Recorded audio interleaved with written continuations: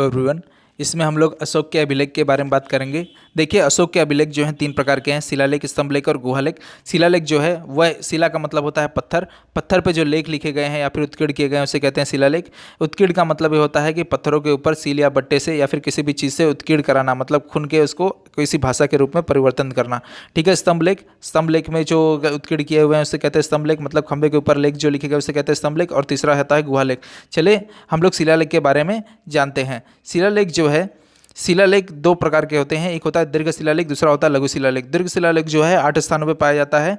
और दीर्घ शिलालेख लघु शिलालेख में अंतर क्या है? देखिए, जो गौतम बुद्ध का उपदेश है, उस गौतम बुद्ध का जो उपदेश है वह 14 टाइप में है, 14 प्रकार में है। ठीक है। 14 प्रकारों में से अगर 7 प्रकार से ज़्यादा उपदेश अगर किसी लेख के शिला के ऊपर लिखे हुए हैं या फिर किसी पत्थर के ऊपर लिखे हुए हैं तो उसको कहते हैं दीर्घ शिलालेख। और अगर उन 14 उपदेशों में से अगर एक या दो उपदेश किसी पत्थर पे लिखे हुए हैं तो वो लघु उपदेश हो गए, तो इसके नाते उसका नाम पड़ गया लघु शिलालेख। तो चलिए दीर्घ शिलालेख और लघु शिलालेख के बीच में हम लोग अंतर जानते हैं और साथ ही साथ में जो उपदेश 14 उपदेश हैं उसको भी हम लोग देखेंगे।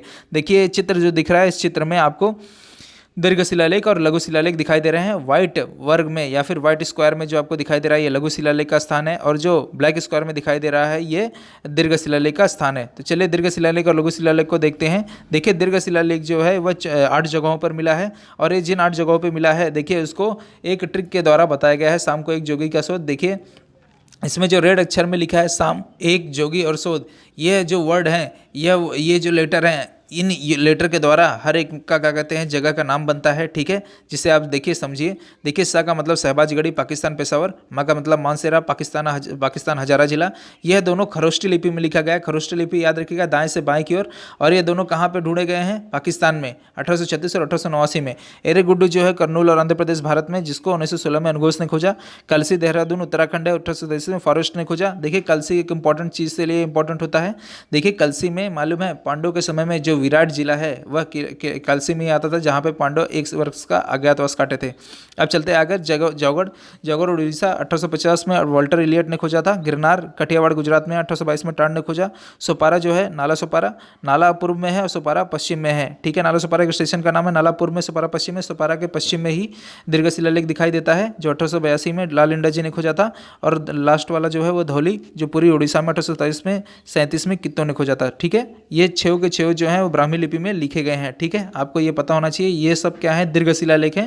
ठीक है, मैं आपसे फिर से कहता हूँ, जो बुद्ध के उपदेश थे टोटल 14, उन 14 में से जो 7 से ज़्यादा उपदेश अगर किसी लेख में किसी पत्थर पे लिखे हुए हैं तो उसे कहते हैं दीर्घ शिलालेख। और अगर किसी पर एक या दो ही उपदेश बुद्ध के लिखे गए हैं बौद्ध धर्म के तो उसे कहते हैं लघु शिलालेख। तो ये दीर्घ शिलालेख का नाम है। चलिए अब आगे चलते हैं। इन शिलालेखों पे जो उपदेश लिखे गए हैं उसको देख लेते हैं। देखिए प्रथम उपदेश जो है वह किसी भी पशु का वध न किया जाए, मनोरंजन तथा उत्सव के न मनाने का उपदेश दिया गया है। मनोरंजन या उत्सव में ज़्यादा खर्च न करें। ठीक है। द्वितीय उपदेश यह है कि मनुष्य और पशु के लिए चिकित्सालय खुलवाना और उन्हें औषधि उपलब्ध कराना और उनके मार्गों पर छायादार वृक्ष तथा उनके पानी पीने की व्यवस्था करना। तृतीय उपदेश जो है यह दिया गया है कि राजा के पदाधिकारी जो अधिकारी हैं उनको उपदेश दिया गया है कि हर 5 वर्ष में धर्म के प्रचार के दौरे के लिए जाएं। ठीक है। और चौथा जो उपदेश है, चौथा उपदेश यह है कि धर्म का उल्लेख करना और धर्म का प्रभाव समाज पे क्या पड़ा है ये बतलाना।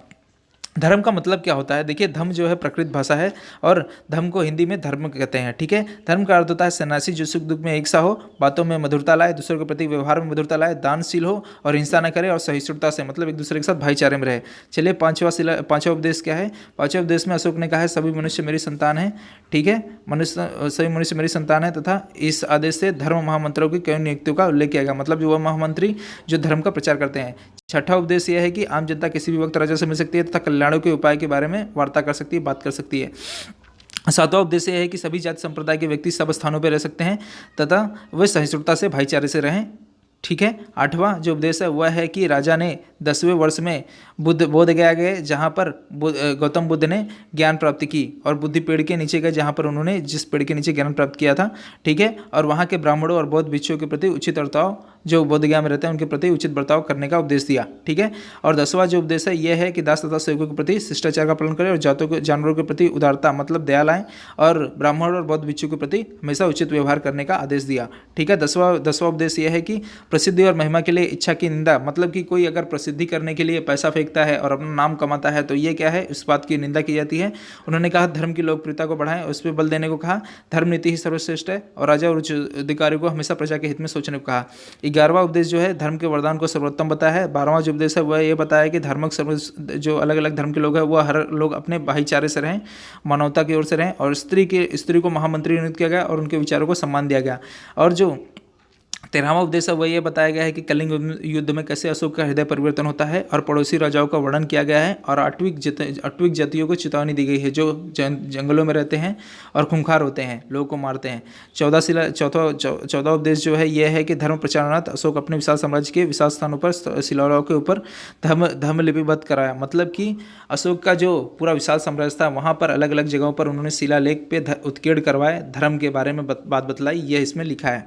जेम्स प्रिंसेप जो है, जो लेख लिखे गए हैं पत्थरों के ऊपर वह ब्राह्मी लिपि में लिखे गए थे जो किसी को समझ में नहीं आ रहे थे। 1837 में उन्होंने ब्राह्मी लिपि को बतलाया, हिंदी में इसका मतलब क्या होता है, इंग्लिश में इसका मतलब क्या होता है। तो जेम्स प्रिंसेप ने ब्राह्मी लिपि की खोज की थी, ये याद रखिएगा। चलते हैं लघु शिलालेख की ओर। लघु शिलालेख कहाँ कहाँ पर पाए जाते हैं, जिसमें एक या दो ही उपदेश जो आपको 14 शिलालेख जो आपको बताए गए वह पूरे उपदेश थे। उन उपदेश में से एक या दो उपदेश किस किस लघु शिलालेख में लिखे गए हैं वो यहाँ पे बतलाया गया है। पहला दे पाया गया है रूपनाथ जबलपुर उत्तर प्रदेश में, दूसरा है मस्की रायपुर जिला कर्नाटक, तीसरा है गुजरात दतिया मध्य प्रदेश। देखिए और चौथा जो है राजमुंदलगिरी बेलारी जिला कर्नाटक, सहसराम साहबाद जिला बिहार, गांधी मठ रायचूर जिला कर्नाटक, पल्लीगुंडा गवी मठ के पास रायचूर कर्नाटक, ब्रह्मगिरी चित्रदुर्ग जिला कर्नाटक, सिद्धपुर चित्रदुर्ग जिला कर्नाटक, जटिंगा रामेश्वर चित्रदुर्ग जिला कर्नाटक, ज़्यादातर कर्नाटक में ये, एरगुड़ी कर्नूल मध्य आंध्र प्रदेश, दिल्ली अमर कॉलोनी दिल्ली और अरोरा मिर्जापुर जिला उत्तर प्रदेश।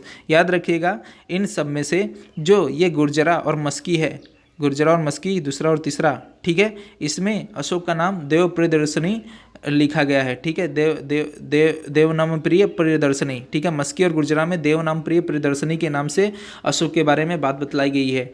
ठीक है, बाकी सब में अशोक लिखा गया है। तो अशोक, देवनाम प्रिय और प्रियदर्शनी ये सब अशोक का ही नाम है, याद रखिएगा। तो ये हो गया आपके शिलालेख के बारे में। ठीक है, अगर ये लेक्चर आपके लिए हेल्पफुल है तो please like share and subscribe. Thank you.